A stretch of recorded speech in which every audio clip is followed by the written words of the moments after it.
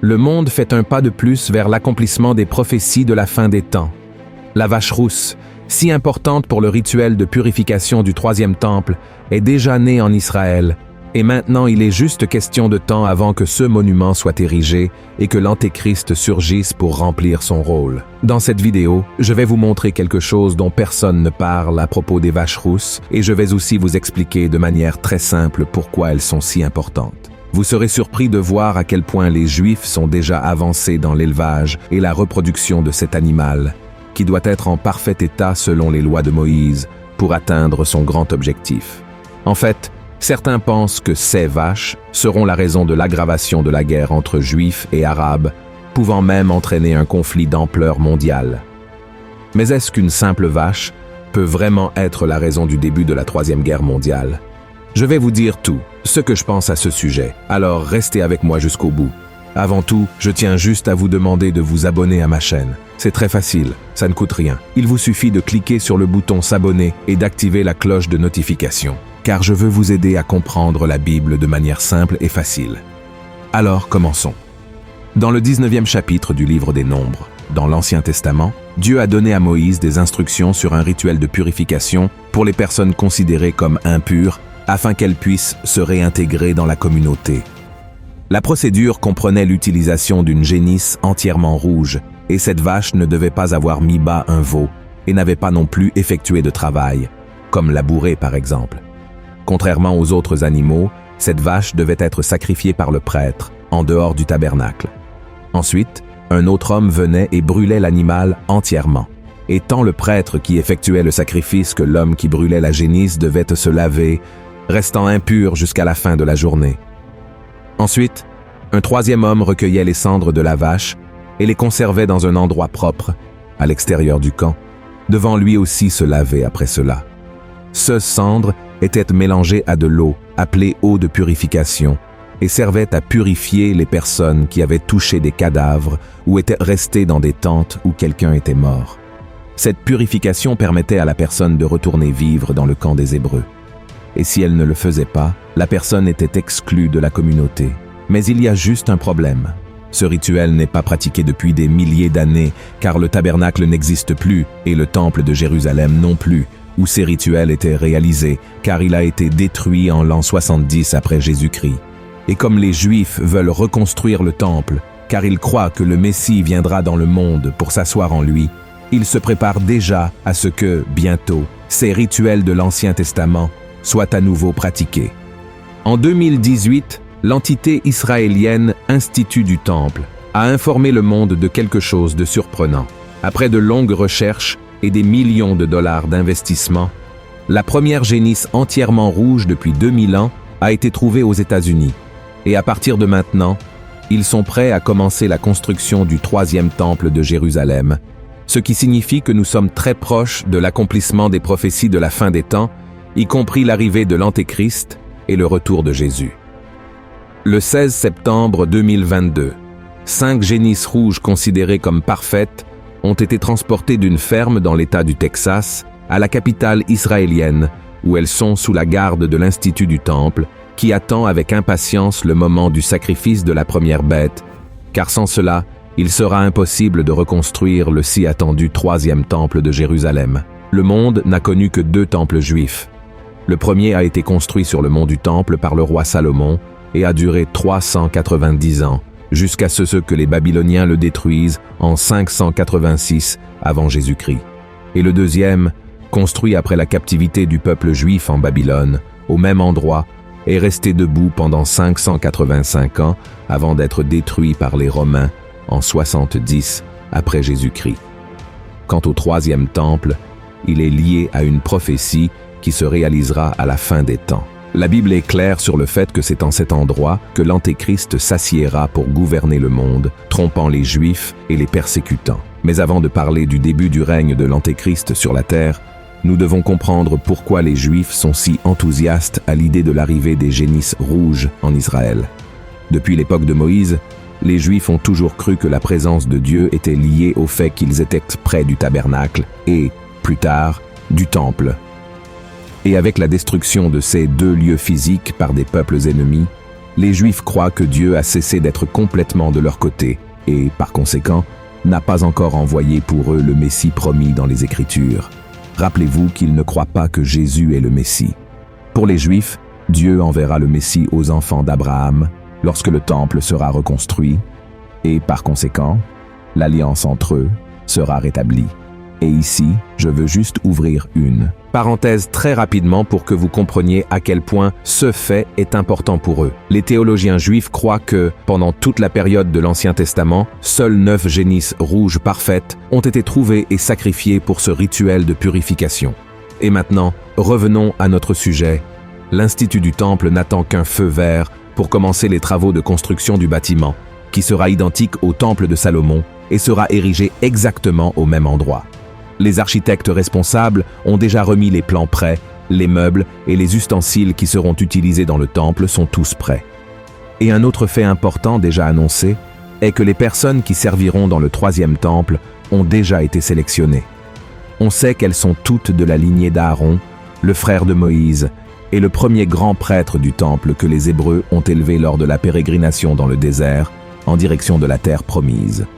De plus, ces personnes participent déjà aux répétitions pour la cérémonie d'inauguration du temple, où elles effectueront le premier sacrifice de purification du lieu avec les cendres de la première génisse rouge. Mais certaines choses doivent encore être réglées. Le 3e temple sera construit dans un endroit sacré pour les Juifs, les chrétiens et les musulmans, étant également l'un des endroits les plus disputés du monde. Là se trouve la mosquée Al-Aqsa et le dôme du rocher, construit au 7e siècle et faisant partie des structures les plus anciennes du monde musulman.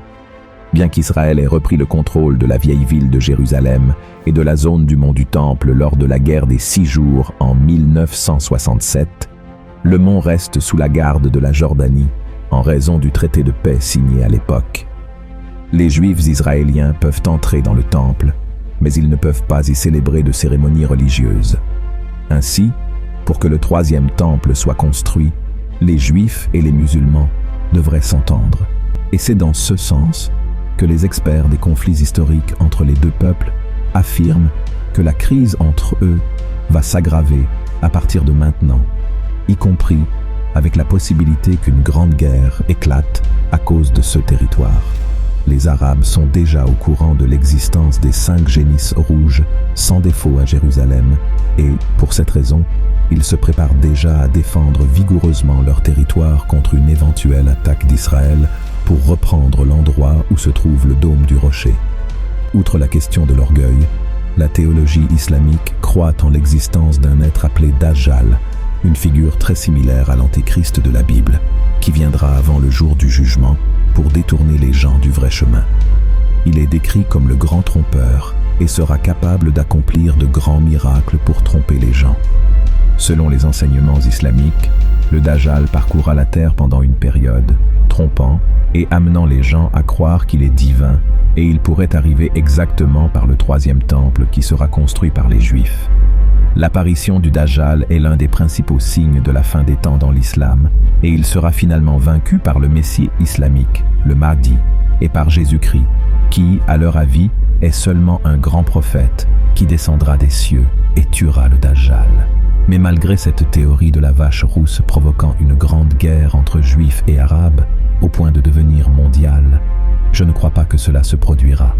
Il est plus probable que l'Antéchrist profite de ce moment pour conclure un accord entre ces deux peuples, afin que le nouveau temple soit édifié à l'endroit où il y a encore tant de conflits aujourd'hui. Avec son pouvoir de persuasion, l'Antéchrist réussira à amener les 3 plus grandes religions de la planète à signer un grand traité de paix, et cet accord permettra enfin la construction du 3e temple à Jérusalem.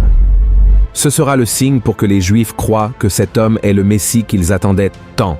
Après tout, ils ont rejeté Jésus parce qu'ils n'acceptaient pas que leur Sauveur soit une figure commune, humaine et semblable à eux. Les Juifs ont toujours attendu un être supérieur, comme l'Antéchrist le sera, et c'est pourquoi ils seront facilement trompés. Et en revenant à la question du 3e temple, il y a des informations selon lesquelles, après l'autorisation de sa construction, le temple devrait être entièrement achevé en seulement 1 an, et c'est de cet endroit sacré que l'Antéchrist gouvernera le monde. La Bible montre que pendant les 3 premières années et demie, l'accord de paix conclu entre les nations sera maintenu et la terre vivra en harmonie. La grande majorité des gens aimeront et se prosterneront devant le grand leader mondial, mais à la fin de cette période, il rompra l'accord, commettant dans le temple ce que la Bible appelle une abomination, marquant le début de la pire période de la grande tribulation. C'est à ce moment-là que la colère de Dieu commencera à être déversée sur la terre et le peuple juif commencera à comprendre que le Messie qu'ils attendaient tant était déjà venu dans le monde il y a 2000 ans, mais a été rejeté par eux. Et le prophète Zacharie a prophétisé à ce sujet. Voyez ce que Jésus a dit par l'intermédiaire de son serviteur. Alors je répandrai sur la maison de David et sur les habitants de Jérusalem un esprit de grâce et de supplication, et ils tourneront les regards vers moi, celui qu'ils ont percé. Ils pleureront sur lui comme on pleure sur un fils unique. Ils pleureront amèrement sur lui comme on pleure sur un premier-né. En ce jour-là, le deuil sera grand à Jérusalem, comme le deuil d'Adadrimon dans la vallée de Méguidon. Mes frères, regardez ceci. À la fin des 7 années de grande tribulation, Jésus reviendra, vaincra l'Antéchrist, le faux prophète et enfin Satan. Ensuite, il rassemblera sa fiancée, qui sommes nous, les chrétiens, avec le peuple de la nation élue, les Juifs convertis, et nous vivrons tous en paix dans la nouvelle Jérusalem, un lieu éternel, où il n'y aura ni douleur, ni mensonge, ni méchanceté, ni pleurs, ni tristesse. Alors mes frères, même si ces génisses rouges, sans défaut, ont une grande signification pour les Juifs à ce moment de l'histoire, elles ne signifient absolument rien pour nous.